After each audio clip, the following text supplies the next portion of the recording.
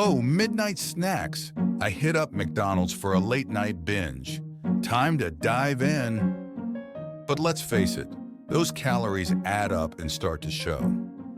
This phenomenon, where our bodies store extra calories and expand, increases the risk of lifestyle diseases like diabetes, high blood pressure, high cholesterol, and gout.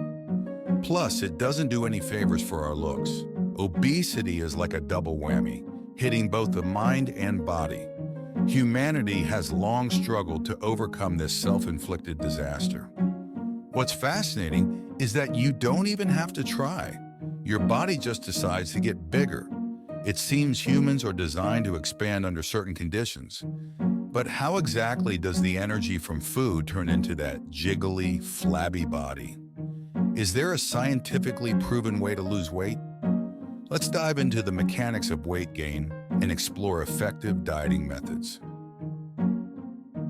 Ladies and gentlemen, humans gain energy from daily meals, using it for various life activities. If the word energy is too abstract, think of it as calories.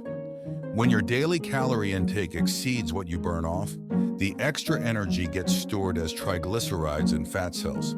These cells, known as white adipose cells, are found under the skin and around internal organs, and they swell up as they accumulate fat. When you experience energy shortages, such as during fasting or exercise, these cells break down the stored triglycerides into fatty acids, which are released into the bloodstream and converted back into energy by your muscles and brown fat cells. So the balance between eating and burning calories is what makes us gain or lose weight. Think of it like this. If you keep putting gas in your car but never drive it, the tank overflows. We're not robots, but our bodies do follow some basic rules of physics. Now here's where it gets interesting. Genetics play a big part too. Scientists say that 40% to 75% of our tendency to gain weight comes from our genes. By 2022, they had found over 500 genes linked to obesity. One of these is the FTO gene, which controls the hunger hormone ghrelin. If you have a variation of this gene, you might always feel hungry, like your stomach's got a feed me sign on it. About 1 in 6 people have this gene variant.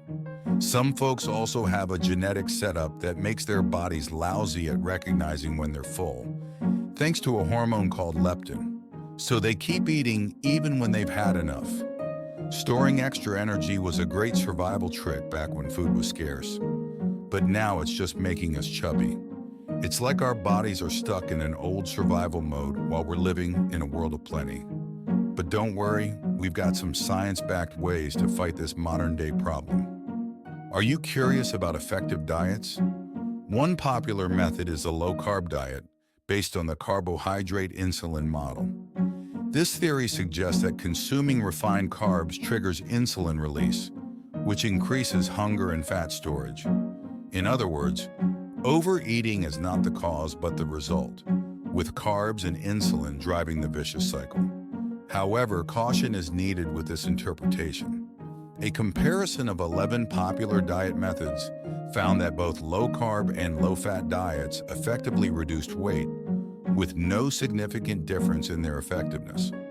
Other studies comparing calorie-matched low-carb diets to other calorie-restricted diets found no special advantage to low-carb diets. So there's no need to vilify carbs exclusively.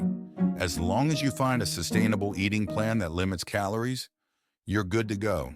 However, refined sugars do stimulate the brain's reward system, increasing appetite, and they pack a caloric punch. Limiting sugar is a reasonable strategy to avoid overeating and disrupting your calorie balance. What about diet pills and supplements? Some of them do help with weight loss and can make you feel less hungry. For example, there's glucomannan, a type of fiber that swells up in your stomach to make you feel full. But it's like a magic trick that only works half the time. Then there's orlistat, a pill that stops your body from absorbing fat. It's popular in some countries, but it can have side effects that might turn your bathroom into a disaster zone.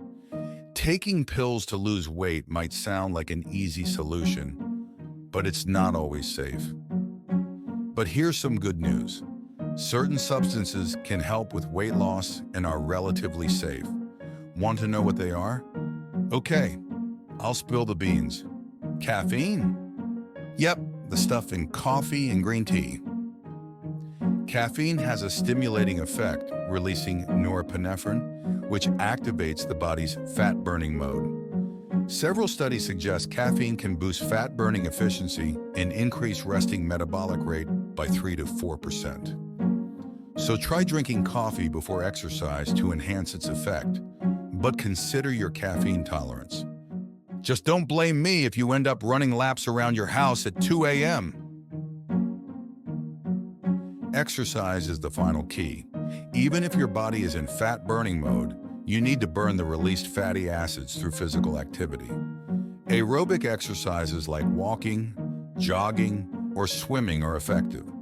To boost the effect, timing matters. Since fat burning is a backup function in a state of energy depletion, exercising on an empty stomach is more efficient. Combine this with a pre-workout coffee, and you're all set. Humans have evolved to store energy, and the laws of thermodynamics govern us. Basically, we're like camels, but with less fur and more Netflix. There's no magic in dieting. The key is to eat less, exercise more, and use a few simple tricks to burn fat. It might not sound exciting, but hey, neither does flossing, and we still have to do it. Find a method you can stick to, make it a habit, and watch those pounds melt away like ice cream on a hot day. Now put down that cheeseburger, step away from the fries, and get moving.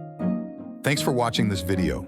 Like, share, and subscribe for more fun facts and mysteries. Stay curious and keep smiling.